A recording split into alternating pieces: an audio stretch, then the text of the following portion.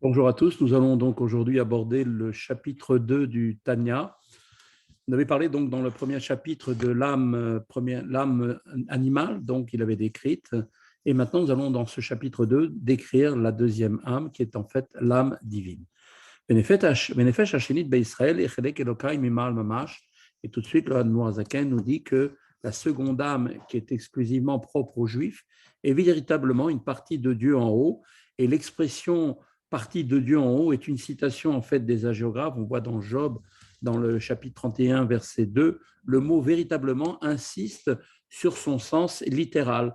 Donc, dans ce sens, donc, on parle de Dieu, partie de Dieu en haut. Donc, en ce sens, Rabbi Shneur Zalman ajoute le mot véritablement pour bien souligner ainsi que l'âme juive est littéralement une parcelle de divinité. Kemo Shekatouf, comme il était dit au sujet de Adam Arishon, dont l'âme était générale une âme klalite, c'est-à-dire qu'elle comprenait en fait toutes les âmes particulières de toutes les générations à venir. Il est dit, Vaïpar Be'apam, Nishmat Chaim, et Dieu insuffla dans ses narines une âme de vie. Donc, ce passage est un passage de la Genèse. Vata nafartabi, et comme nous le disons d'ailleurs dans la prière du matin, tu l'as insufflé au-dedans de moi, donc dans le rituel de la prière du matin. Rabbi Shneur Zalman va à présent nous expliquer la signification du verbe insuffler dans ce contexte. Kemo Shekatouf Bezohar, et il nous dit, c'est effectivement ainsi qu'il est écrit dans le Zohar.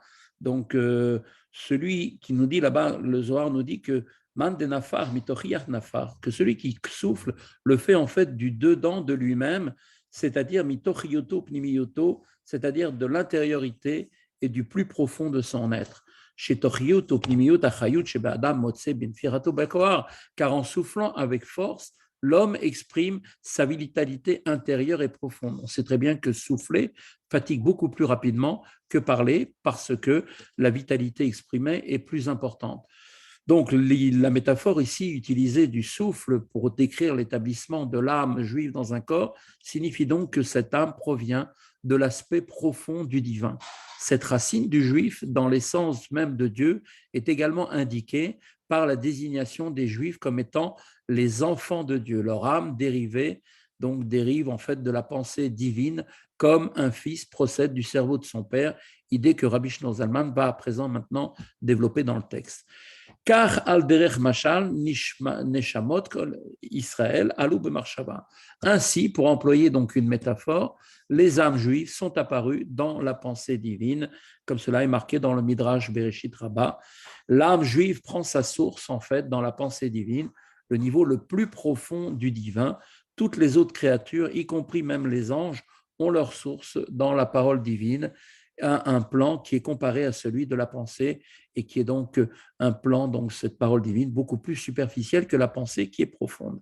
Qu'est-dirtif, comme il est dit donc dans l'Exode, à propos du peuple juif dans son ensemble, Béni Bechori Israël, Israël est mon fils premier-né. Bani Matem Lachem Elokechem, et concernant chaque juif en particulier, Dieu dit, vous êtes des enfants pour l'Éternel, votre Dieu, comme cela est rapporté dans le Deutéronome. Pirouche, cela vient en fait signifier que Moshe ben Nimshach Memoarav, que tout comme un enfant procède du cerveau de son père, c'est-à-dire de l'être essentiel du père, car Keviachol, Nishmat Kolis Israël, Nimshacha, Mimarshafto, Bechormato Idbarer, ainsi, si l'on peut dire, l'âme de chaque juif dérive de la pensée et de la sagesse de Dieu. Donc Rabbi Shneur Zalman va maintenant franchir une deuxième étape dans son raisonnement et dire que les Juifs dérivent de la pensée et de la sagesse de Dieu, c'est-à-dire, si on peut dire ipso facto, qu'ils dérivent de Dieu lui-même. Car en introduction du Tikkun Zohar, il est dit, il est sage, Dieu possède l'attribut de sagesse, mais non d'une sagesse comme nous, comme de nous, car lui et sa sagesse sont un.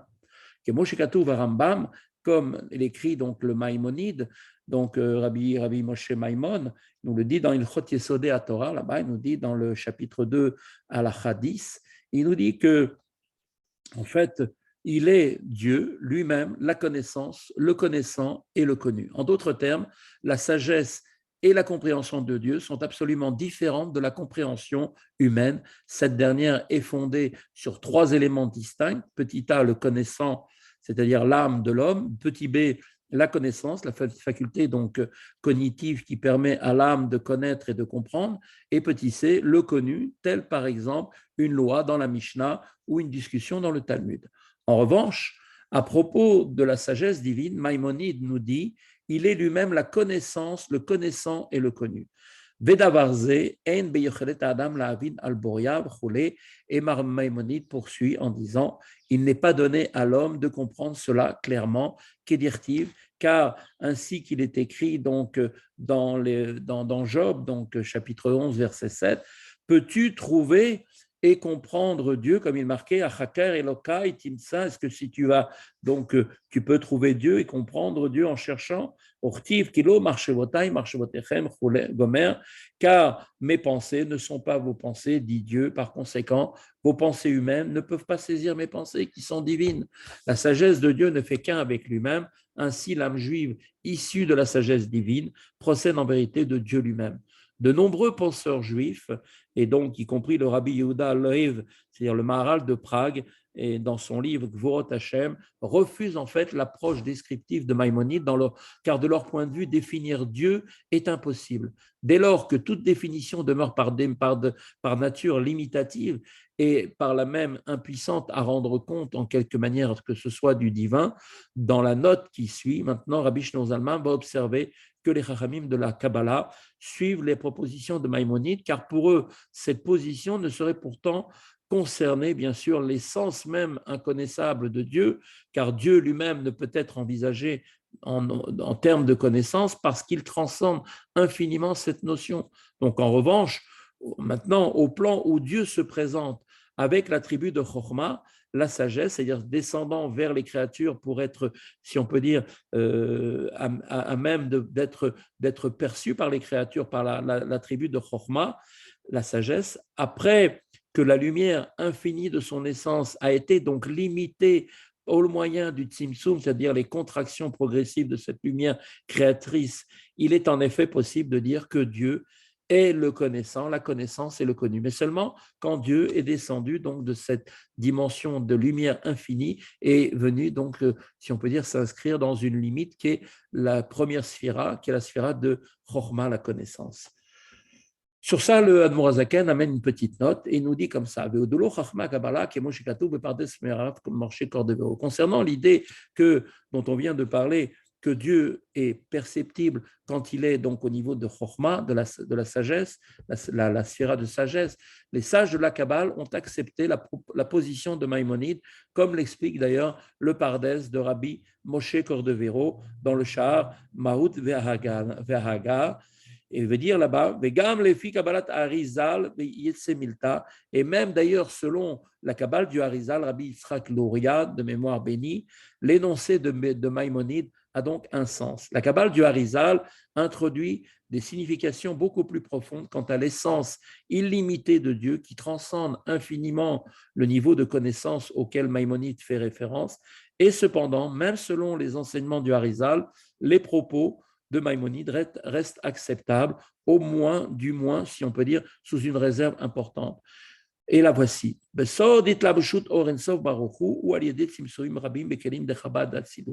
Si on le rapporte, ce que dit Maïmonide, on le rapporte au concept mystique de la lumière du En Sof, c'est-à-dire la lumière infinie qui se revêt après avoir subi de nombreuses contractions, ce qu'on appelle les tzimtzumim, des réceptacles, donc se remet dans les réceptacles de Sfirot de Chabad, c'est-à-dire en fait c'est la Chabad et l'acronyme du Chokhmah, Bina et Da'at, respectivement la sagesse, la compréhension et la connaissance.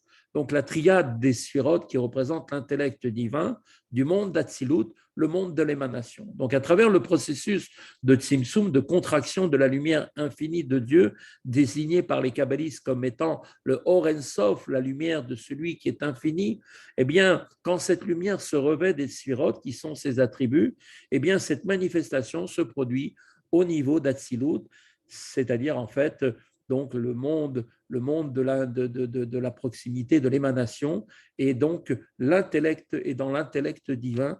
Ainsi, au niveau d'Atsilut, Dieu peut être défini dans les termes que Maïmonide présente comme le connaissant, la connaissance et le connu. Mais bien évidemment, non pas au-delà d'Atsilut, parce qu'au-delà d'Atsilut, il est impossible de définir Dieu, car il est inconnaissable. Par conséquent, pour les sages de la Kabbale, le propos de Maïmonide ne porte que sur la lumière divine qui est parvenue au niveau d'Atsilut. Ainsi qu'il a été expliqué dans un autre endroit, donc de l'Shara Yehud Vaimuna, dans la seconde partie du Tanya, chapitre 9, qu'il nous dit là-bas, en fait, comme il est dit, que en fait, Akadosh Baruch Hu est infiniment plus élevé et transcende l'essence et le niveau de Chabad. En fait, pour Dieu, devant Dieu, le niveau de Chabad est considéré par rapport à lui comme étant au même plan d'infériorité qu'une action, une simple action physique. Ainsi qu'il est dit, comme on voit dans les psaumes, au psaume 104, au verset 24, Kulam bechorma asita, tu les as tous faits avec sagesse. Le verbe concevoir semblerait être plus approprié pour une notion qui correspond à l'intellect.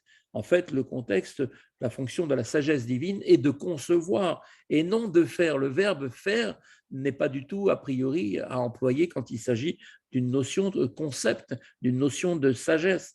Il aurait donc dû écrire, tu les as tous conçus avec la sagesse. Néanmoins, on voit bien que ce n'est pas le terme, le verbe qui est employé. Le verbe qui est employé, c'est tu les as tous faits comme une action. Et donc dénote en l'occurrence pour Dieu que la sagesse est à son égard assimilée au niveau de l'action physique. Voilà la fin de la note ici. Rabbi Shlomo Zalman va maintenant aborder pour nous une difficulté soulevée par son propos, selon lequel chaque âme juive émane de la sagesse divine, appelée dans la suite du texte Chochma Ilaha, textuellement la sagesse supérieure.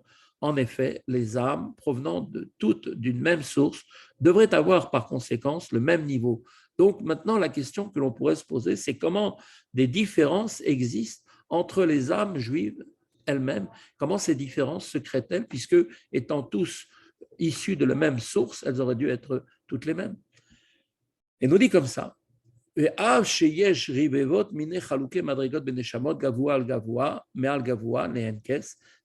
il y a des myriades de sortes de gradations d'âmes, de neshamot, un niveau au-dessus de l'autre à l'infini. Kemo godel ma'alat neshamot avot ou Moshe Rabbeinu alav shalom al neshamot dorotenu. Par exemple, les âmes des patriarches et de Moïse, notre maître, sont bien supérieures aux âmes de nos générations qui appartiennent elles-mêmes, comme on dit, Ela Degve Meshiché. Elles sont en fait à la période qui précède la venue du Mashiach, littéralement, Igve Meshiché, les talons du Mashiach, c'est-à-dire les pas du Mashiach, qui est donc le niveau le plus bas, puisqu'on parle maintenant au niveau du talon du pied, lesquels sont désignés ainsi, car elles sont véritablement semblables au talon par rapport au cerveau et à la tête. Tout comme la force vitale présente dans le talon ne peut pas être comparée à celle qui se trouve dans la tête et le cerveau, de même, aucune comparaison ne peut être faite entre les âmes des présentes générations et celles des générations d'antan. וכן בכל דור ודור יש ראשי אלפי ישראל שנשמותיהם הם בחינת ראש ומוח לגבי נשמות ההמון ועמי הארץ. Et la même disparité se constate également dans chaque génération. Il y a ceux qui sont donc des âmes qui représentent la tête, les têtes, les guides, des milliers d'Israël, appelés ainsi parce que leurs âmes sont du rang de la tête et du cerveau par rapport à celles des masses, de la masse et des ignorants. וכן נפשות לגבי נפשות, כי כל נפש כולם מנפש רוח ונשמה. De même, cette distinction existe aussi entre les nefashot et d'autres nefashot, le niveau d'âme de nefesh, car chaque âme est composée de nefesh, ruach et neshama. Et de même que le niveau d'âme de neshama varie d'un juif à un autre, ainsi les niveaux de ruach et de nefesh. Et donc, les différences entre les âmes sont donc très marquées. On pourrait par conséquent s'attendre donc à retrouver la même diversité donc dans leurs sources. Mais Kol Makom, et malgré tout, nous dit le Admor Hazaken, Shoresh Kol HaNefesh Ruach Neshama, la source de toutes les Nefesh Ruach et Neshama, comme il nous dit, Kula Merosh Kol HaMadregot Atsof Kol HaDargin, tout du plus haut des niveaux jusqu'au niveau le plus bas, c'est-à-dire celui des âmes qui sont d'Ergin, Amelubashim, Begouf, Ameares, Bekalchi, Bekalim. Il s'agit des âmes revêtues du corps des ignorants et des légers parmi les légers. Nimshar, toutes ces âmes-là dérivent, Mimoach Elion, si on peut dire, du cerveau supérieur, Shei Chochma Ilaha Kivyachol, qui est Chochma Ilaha, la sagesse supérieure. Pour expliciter le processus aboutissant à pareille pluralité parmi les âmes, en dépit de la même source, eh bien, Rabbi Shlomo Zalman revient maintenant à l'analogie du Père et du Fils dont il s'est précédemment servi pour illustrer la description des Juifs comme étant les enfants de Dieu issus de la Chochma Ilaha, le cerveau de Dieu, si l'on peut s'exprimer ainsi. On trouvera ici un bref aperçu de cette explication, et la totalité du corps de l'enfant a pour origine, comme on le sait, une seule goutte de semence dont la source se situe au niveau du cerveau du père. Toutefois, toutes les nombreuses parties physiques que constitue le corps de l'enfant ne sont pas uniformes. Elles sont au contraire très différenciées, le cerveau étant la partie la plus élevée et les ongles des orteils la plus inférieure.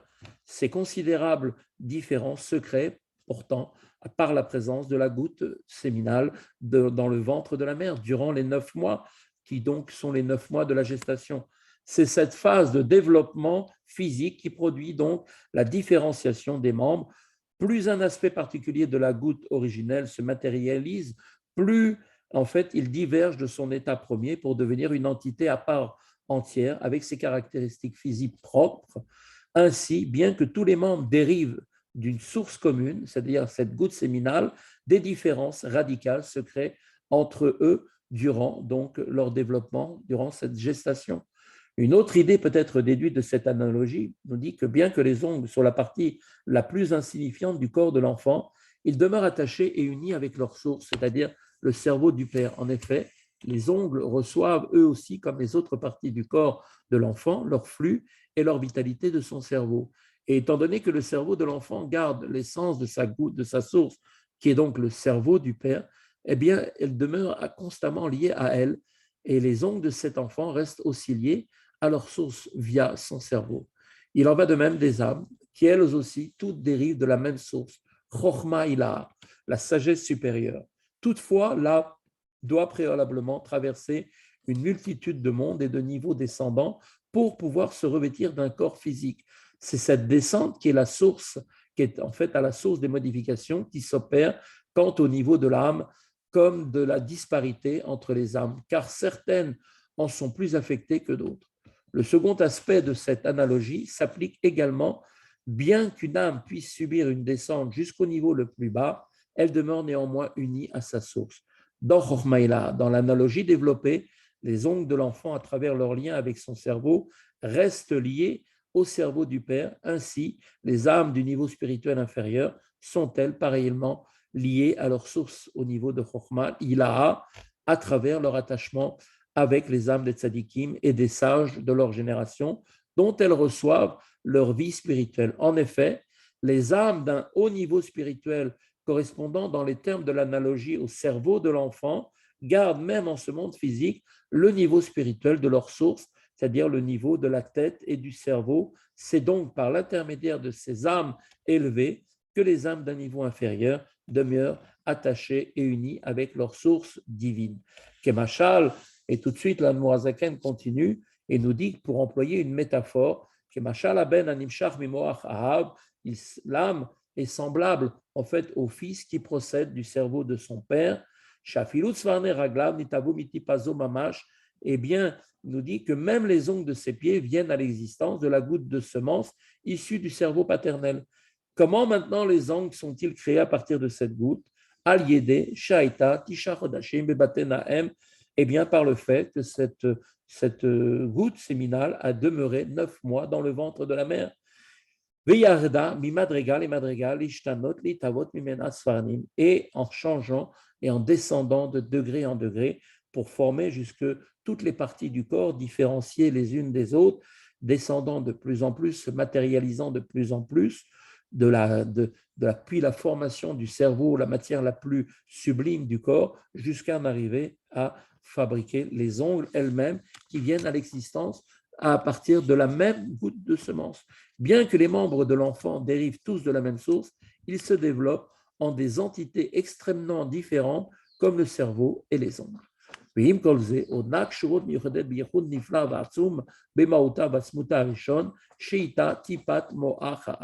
de plus, bien que la goutte ait évolué pour devenir la substance des ongles de l'enfant, néanmoins, elle est encore attachée et unie dans une merveilleuse et puissante unicité à son être et son essence originelle, la goutte de semence issue du cerveau du Père. Et le Admor Azaken continue, nous dit que même maintenant, chez le Fils, eh bien, eh bien, chez le Fils, les ongles reçoivent la nourriture et la vie du cerveau. C'est-à-dire que les ongles de l'enfant reçoivent leur vitalité de son cerveau, lequel cerveau conserve la même substance que sa source, c'est-à-dire le cerveau du Père. Ainsi, les ongles de l'enfant, si l'on peut dire, sont liés par l'intermédiaire de son cerveau au cerveau du Père. Rabbi Shneur Zalman va apporter d'ailleurs la preuve à partir de textes de nos sages. Kedeita Begmara, il nous rapporte là-bas dans la Gemara Nida à la page 31a, Louvan, ainsi qu'il est écrit dans le Talmud Nida, nous dit du blanc de la goutte de semence du Père sont formées les veines, les os et les ongles de l'enfant, toutes les parties blanches du corps de l'enfant. Selon la Kabbale aussi, il existe une relation entre les ongles et le cerveau.